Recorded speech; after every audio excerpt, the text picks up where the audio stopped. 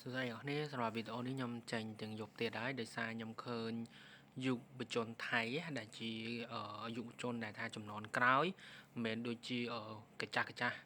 ដូចកាចាស់គេហៅថាកាចាស់ក្បាលនៅប្រទេសថៃទេអញ្ចឹងភាគច្រើនយុវជននៅប្រទេសថៃដែលក្មេងៗហ្នឹងភាគច្រើនគឺមានការយល់ដឹងច្រើនបាទ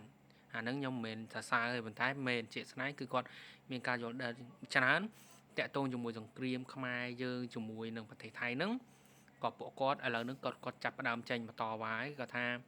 ប្រទេសខ្មែរយើងភាគច្រើនគឺសិតតែប្រជាជនស្លូតត្រង់មិនចេះកាន់កាភ្លើងមិនចេះកាន់អីទេហើយក៏ម្នាក់ដែលកាន់ក៏មានជាតាហ៊ានអញ្ចឹងតាហ៊ាននិងតាហ៊ានគឺត្រូវហើយប៉ុន្តែជាជនដែលអត់ដឹងអីហ្នឹងយើងហេតុអីត្រូវគាត់រងគ្រោះដែរអញ្ចឹងទៅហើយនៅក្នុងហ្នឹងយុវជនថៃម្នាក់ហ្នឹងក៏គាត់បាននិយាយថាពួកយើងទាំងអស់គ្នាត្រូវតែក្របឈរឡើងដើម្បី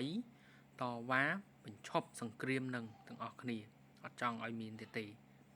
អញ្ចឹងភាគច្រើនយុវជនថៃដែលជាក្មេងៗអត់ដូច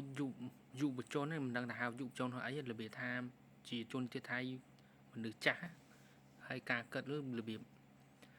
និយាយអត់ត្រូវគ្នាមួយក្មេងទេបាទសំបីតាឥឡូវប្រហែលថ្ងៃនេះមានខាងគណៈបករបៀបថាគណៈបកវ័យក្មេងហើយទៅនិយាយជាមួយអា